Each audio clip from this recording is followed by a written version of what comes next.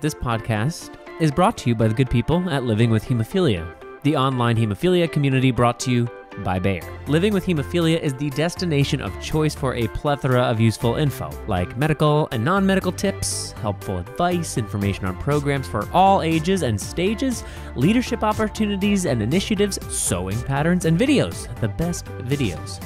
And because it's on the internet, it's easy to find. Simply type in livingwithhemophilia.com into your search bar, and there you are. Thank you, Internet. Join Bayer's community of fellow hemophilia patients, caregivers, and advocates as they put the live in Living with Hemophilia. You can even like them on Facebook. That's even better because then you can use emojis on their Facebook page and receive all the latest updates. So check out Living with Hemophilia. And before you wish happy birthday to some friend from the 3rd grade or share a funny meme about cats and Mondays, head over to Facebook and like Bayer's Living with Hemophilia page. You'll be glad you did.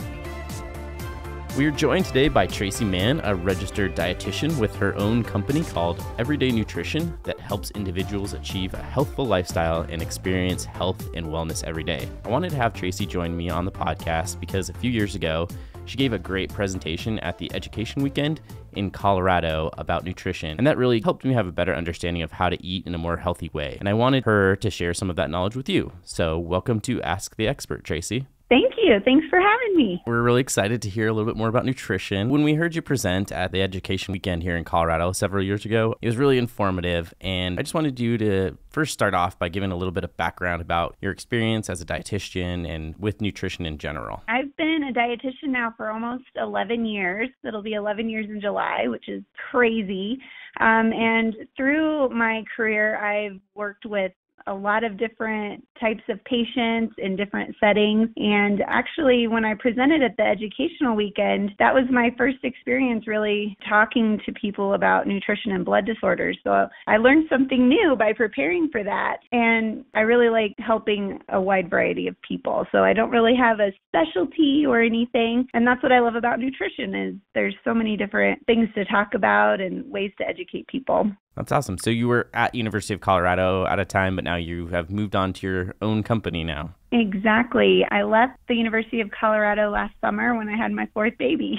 Starting my own company makes sense as far as scheduling, but also I can, now see a wide variety of people. I'm not locked into those that come to the university. So let's dive into some stuff about nutrition. So I grew up being taught all about like food pyramids when I was a kid, and I remember very little about what it actually was. But is that how basic nutrition is still being viewed, or is there a new model that we can kind of think about nutrition with? There is actually a new model. I grew up with the food pyramid as well. About the time I was finishing up college, so we're looking at about 10 to 15 years ago, they introduced, the USDA, when I say they, the USDA introduced what we call the MyPlate instead of the food pyramid.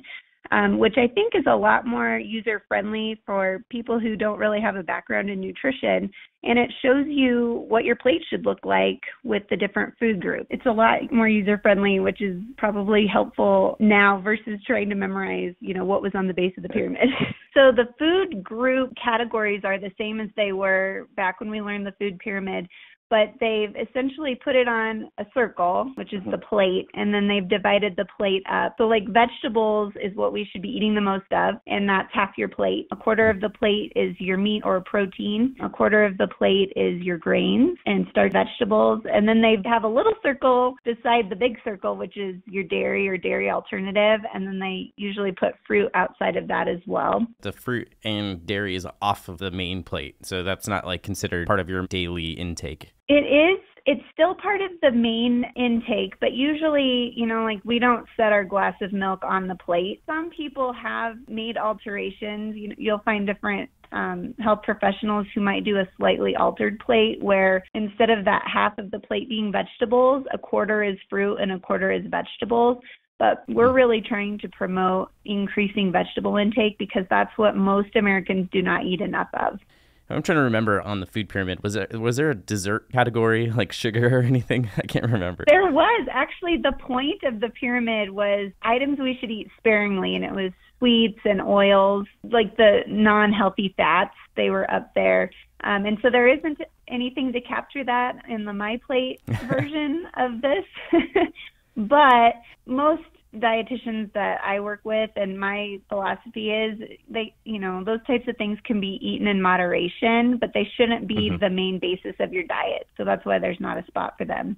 Are they trying to focus more on like portion control, or is that part of why they changed how they look at the different foods you're supposed to be trying to eat? Yes, because it's a lot easier to visualize what things look like on a plate. And, if you have a condition like diabetes, for example, where you need to monitor your intake of a food group or of a nutrient. In the case of diabetes, it's carbohydrates. In those types of cases, it's still good to measure your food so you know exactly what you're eating. But for most of us, rather than needing to measure, 1 cup of cereal or rice, it's a lot easier to just think of, if you're filling your plate up, let's just try to focus on a quarter of it being your rice instead of the whole plate being rice, that sort of thing. It's just a better way to visualize what your portions should look like. I kind of remember when you were at the meeting in Colorado, you gave these like really great visual representations of what the portions should be. And I don't remember exactly. Maybe you could help share that with the audience, because I think that was really helpful for me as far as like picturing what a portion is. Because like cups and calories, that never made any sense to me. So yeah, could you share a little bit about that? Yeah, absolutely. And, if people want a little bit more in-depth information, I just Google portion size visuals, or the American Heart Association has some information like this. The one I got for the educational weekend here was from Spark People, but just so people can get a little bit better idea of what we're talking about. A billiard ball, or like a pool ball, playing pool, that is similar to about a half of a cup of, it could be grains or vegetables or like beans and legumes. So instead of having to get a half cup measuring cup, just think of about the size of a pool ball. Or like a ping pong ball is about 2 tablespoons. And 2 tablespoons is a serving size for nut butters, peanut butter, or like sunflower seeds. But you don't always have that tablespoon, so think of the size of a ping pong ball. And another really common one is a deck of cards is about 2 to 3 ounces of meat. So if you think of the thickness and the width of playing cards, that's the 2 to 3 ounces of meat. Being a dietitian who does a lot of one-on-one individual counseling where I really personalize recommendations to each person, usually for men, eating anywhere from 6 to 8 ounces of meat would be recommended. Men are usually bigger and have more muscle mass, so you need more protein than a female would. So you could think of having maybe the size of a deck of cards for lunch, and then another portion of a size of a deck of cards at dinner time, and that would be probably around 6 total ounces. Or you could double up if you needed to.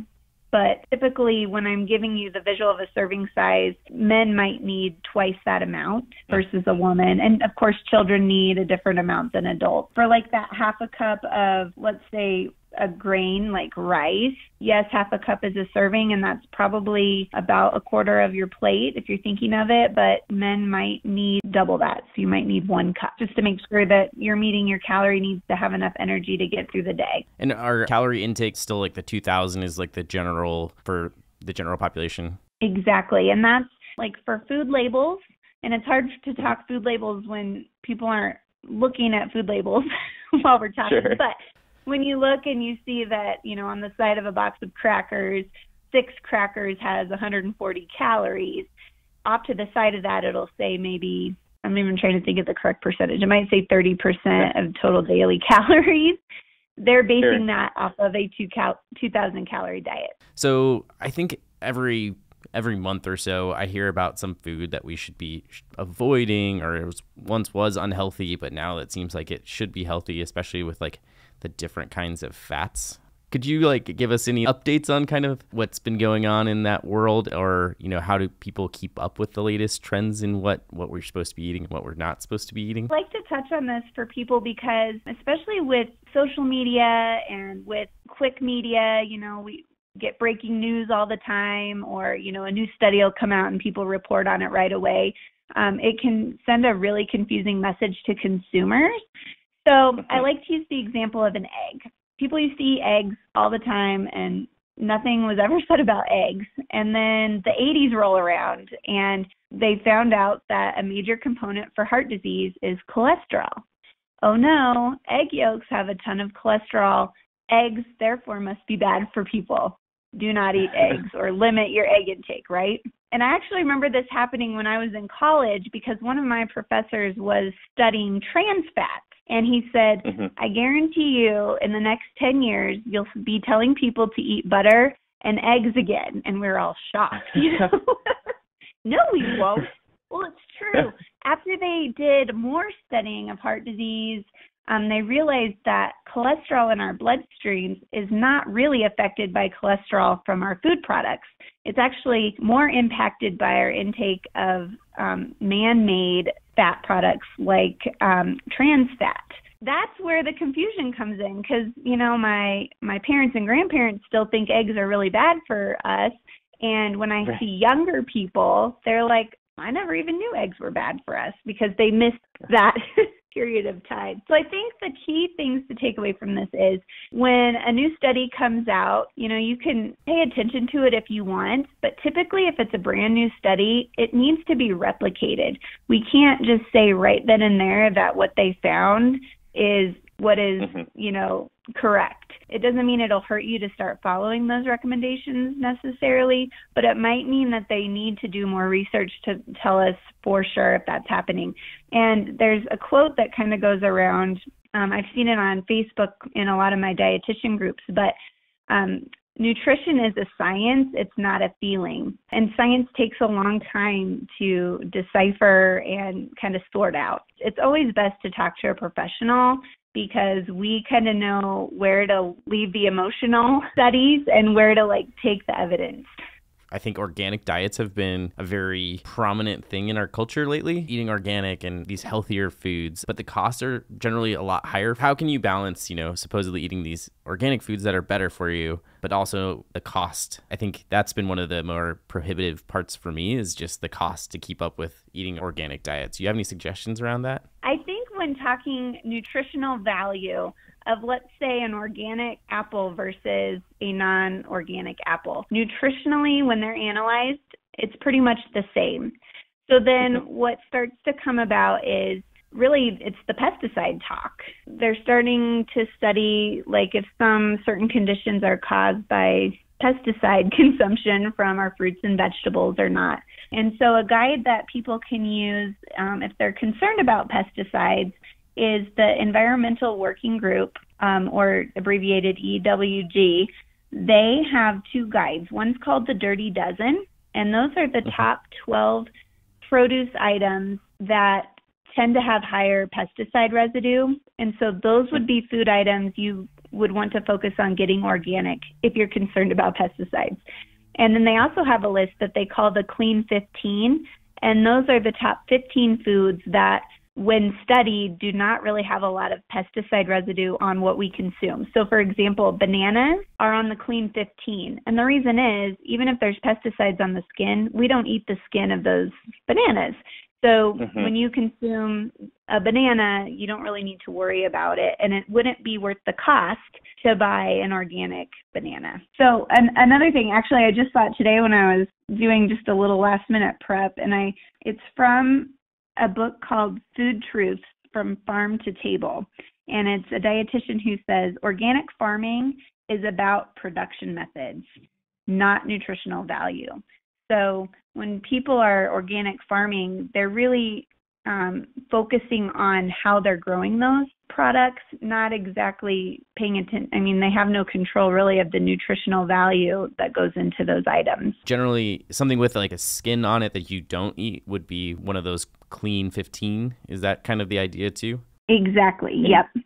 And also, so berries, a lot of berries are on the Dirty Dozen because they can be hard to grow without pesticides because birds, bugs, they all love berries. And so it takes a lot of attention to grow them without the pesticides. And then once the pesticide is on there, we eat the whole berry and the skin is very thin. So a little bit more of the residue could be absorbed in there. Typically, if you're rinsing your fruits and veggies, you should be getting most of that residue off. And there's even different products where you can soak your fruit and vegetables in these different products, and it's supposed to get rid of more of the dirt and the pesticide residue. Those two guides, the Clean 15 and the Dirty Dozen, can be really helpful to start guiding you.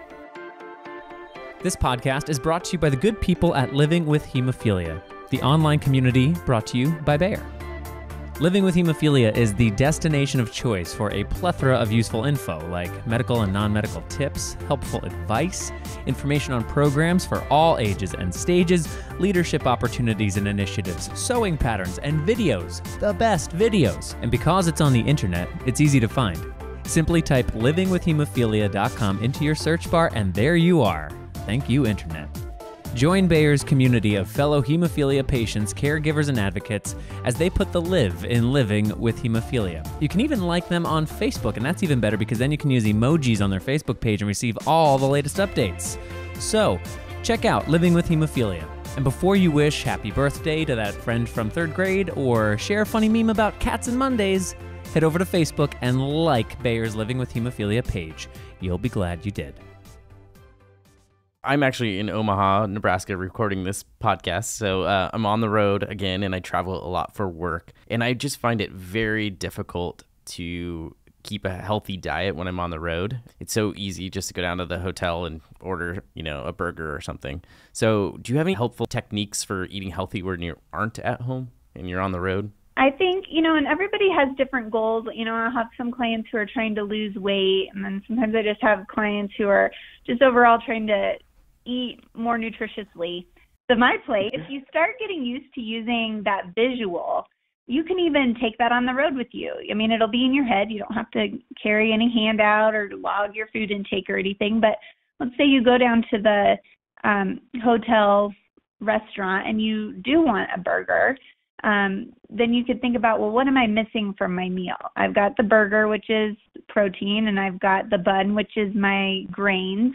I don't have vegetable there, so maybe you could have a side salad with it, or you could look at what vegetables they offer. Or, if they don't have any good vegetable options, then in the little convenience store, do they have a piece of fruit? So you can start kind of dissecting what you're eating around what the goals are based on the MyPlate. Another thing you can do, people who are trying to, maybe watch their weight or manage their weight, all restaurants now are required to have the calories posted. So if you're trying to stay within a certain calorie goal, that can be helpful as well. But I just like to think about how can you round out a meal to try and incorporate the different food groups. I really like that visual. I'm glad they switched it from the obscure pyramid. You mentioned, some people might be trying to lose weight or, maybe gain muscle mass from their diet. Are there better diets for that? There are, especially in the age of social media, there are always all these posts about different diets that help with this thing and help with that thing. Like there's paleo diets, and there was, I think way back when I was growing up, was like a Atkins diet or something like that. People are very excited about them, and then now they're gone. So do you have any information about like what diets are actually good and like consistently work, or how do you find out good information about diets? And there are tons of fad diets, and I usually tell people if there's a diet you're interested in that completely restricts a food group, it's probably a fad, and it's probably not the most nutritious for you. Now, if your goal is weight loss, it may help you lose weight in the beginning, because if you're restricting a whole food group or a lot of foods, then yeah, you're going to lower your calories and you're going to lose weight. But for the long term, they typically do not work. I see tons of clients who may be successful for even 10 plus years on a certain eating plan, and then they come in because either they've kind of fizzled out and then they just went completely the opposite and started binge eating everything that they were restricting for so long, or, the body kind of adapts and that type of eating doesn't work anymore. So try to avoid eating plans that tell you to completely eliminate food groups. There are two diets that have been repeatedly researched that can help just manage chronic disease in general. And, weight as a society is of importance to us, but, there can be somebody who might be a little bit heavier set than someone else who can be completely healthy. So we can't judge health solely on weight. But anyway, those two diets are the DASH diet, which had started to be researched for heart disease, but we know it can help manage other conditions. And then the other one's the Mediterranean diet. And that's the one I really love for people because it does include a lot of vegetables, a lot of whole grains, healthy fats. It's not really that restrictive, but it does encourage people to eat less processed foods. So sometimes people feel like it's restrictive because it's encouraging you to cook at home and try to eat out the least amount as possible. But those two are the best as far as what research tells us. And then I wanted to touch on, for gaining muscle mass and that sort of thing.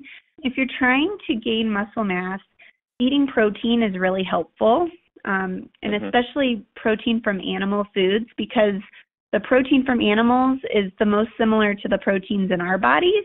So our bodies can utilize that protein really well. An egg, for example, we can absorb and utilize almost all of the protein in an egg white. Versus like nuts have protein as well, but our bodies only utilize about 60 to 70% of the protein.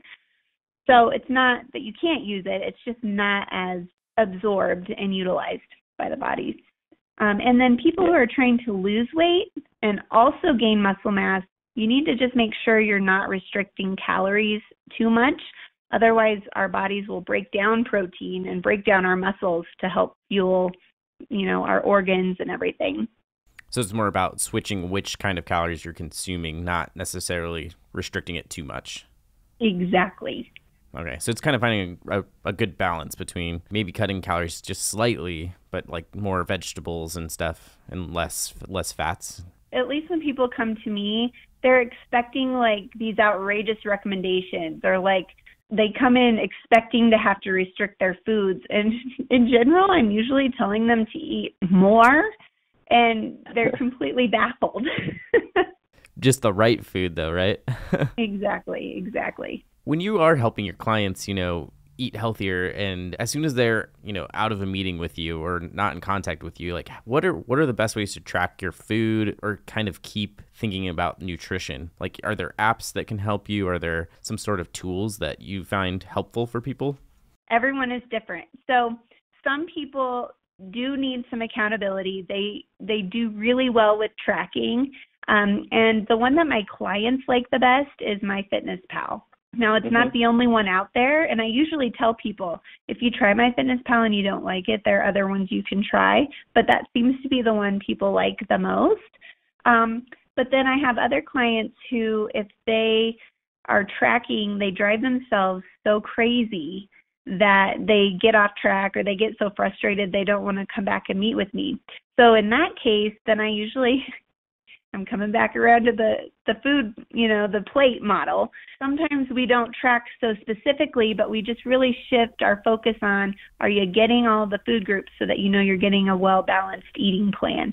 And if you're eating McDonald's or Chick-fil-A or Taco Bell every single day, you're probably starting to miss a lot of those food groups. It's not to say you can't do it once in a while, but you may have to look at what you can add in to make it more well-balanced. But MyFitnessPal seems to be a favorite. Since this is a podcast generally, reaching the bleeding disorders community, people with bleeding disorders tend to have more issues with our joints, usually from bleeding into those joints. Are there any foods that can kind of help protect our joints or, with arthritis in our joints? Is there food that can help with that? Like, I don't know, lubricate the joints better or something? What my personal research has found is that just trying to eat more of anti-inflammatory types of foods can help with joint health. So just some examples to get people thinking. First of all, just the more variations of colors of food have different types of nutrients and food compounds that can help fight inflammation in the body. So thinking of cherries, like that deep dark color in cherries, it's called anthocyanin. And that can help with inflammation. Or like brightly colored bell peppers have vitamin C in them, and vitamin C can help with collagen production in the body. and collagen can help kind of lubricate the joints in a sense. It's also good for your skin. Whole grains, the least processed grains as possible. So trying to get the darker brown breads and the crackers where you can see the seeds in them. The whole grains have B vitamins that can help with different processes in the cells to help fight inflammation. There's tons of others. Kale and dark leafy greens are another one. So lots of examples. Again, if you're eating lots of vegetables and some fruit, you're going to get, a lot of different nutrients coming in that can help. Highly processed foods, especially ones that have trans fat, I mentioned that earlier, and it relates to heart disease as well. What you should be eating for joint health is kind of what you should be eating for overall health anyway. Fresh fruits and vegetables, lean meats, those types of things. So there's kind of a pattern you can see of what foods we should be eating regardless of what conditions we have, right? Yeah, that makes a lot of sense. If it's good for everybody, it's probably good for people with bleeding disorders too. Exactly. With nutrition, there are those foods that you have cravings for. My favorite food is Chipotle burritos. I just love Chipotle. You're not suggesting that we kind of cut those out completely. Is that what you're saying? It's just balancing that? I recommend balance rather than restriction. Occasionally if we've got a drastic, disease or something that we're working on, then that would just be an individual recommendation I make for somebody. But in general, if you're hungry for something, you should just go eat it. And if you're worried about calories or you're worried about how much fat is in it or whatever, maybe you eat half the burrito and save the rest later. Because most of the portion sizes at whether it's a sit-down restaurant or a fast food restaurant, they're usually bigger than one serving. So you could, consider just getting two meals out of it instead. Or, you know what, if you eat the whole thing, don't feel bad about it, but look at how you can balance out the rest of your day. That's good. That's good advice. I have to eat the whole burrito in one sitting. I can't help it. So I got to balance it the rest of the day. That makes a lot of sense. I did want to ask you, just to kind of finish up the conversation, how to keep up with your new company, and can you explain a little bit about what you do and how can people utilize your services if they're interested? Yeah, absolutely. Well, I can be found at my website, which it's kind of long, and hopefully you'll put it somewhere where people can find it if they don't catch it now. But it's everydaynutritionllc.com. I'm working on trying to, include a blog and everything with that. But for the most part, my contact information is there. So if somebody wanted to email a question or call, that's an okay way to get a hold of me. Also, I'm on Facebook at Everyday Nutrition, LLC. And if people are in the Colorado area, my physical location, my office is in Aurora, and I also can do video consultations as well. So if you have listeners all over the country who feel like they would want to work with me, that would be an option as well. Awesome. And what do your services kind of look like? Just curious. I feel like a lot of times what I am is a coach. I'll have people who come in and they really do know all the right things to do. They just need somebody to either, help make it workable, or maybe just giving them an outline of things to follow. Or if I have somebody who has something a little bit more in-depth to cover, it'll be, providing education and information and then setting some goals and then going from there. But typically my model is I work one-on-one with people, start with an initial consultation. A lot of times that's just kind of we get to know each other and leave with a few goals. And then it's really the key is in the follow-ups as we work on the goals that we set in that initial meeting. But I am working on, over the summer, trying to get some group programs going and maybe even some more online programs where people can access them at their own convenience. So I've got big plans for the summer. That sounds exciting. That sounds very exciting.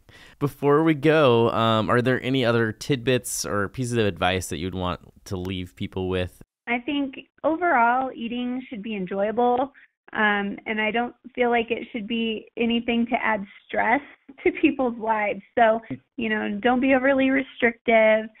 Don't beat yourself up if things happen, and if maybe you're a little outside of where you would like to be in some of your personal health goals. It's not too late to seek the help of a professional, and we can help get you back on track. Well, thank you so much, Tracy, for joining us today on Ask the Expert. I really appreciate it. Thank you, Chris. And we will put lots of links in the program notes to Tracy's website and to all of the things that we talked about. Thanks again. Have you checked out Living with Hemophilia yet? If you have, kudos to you.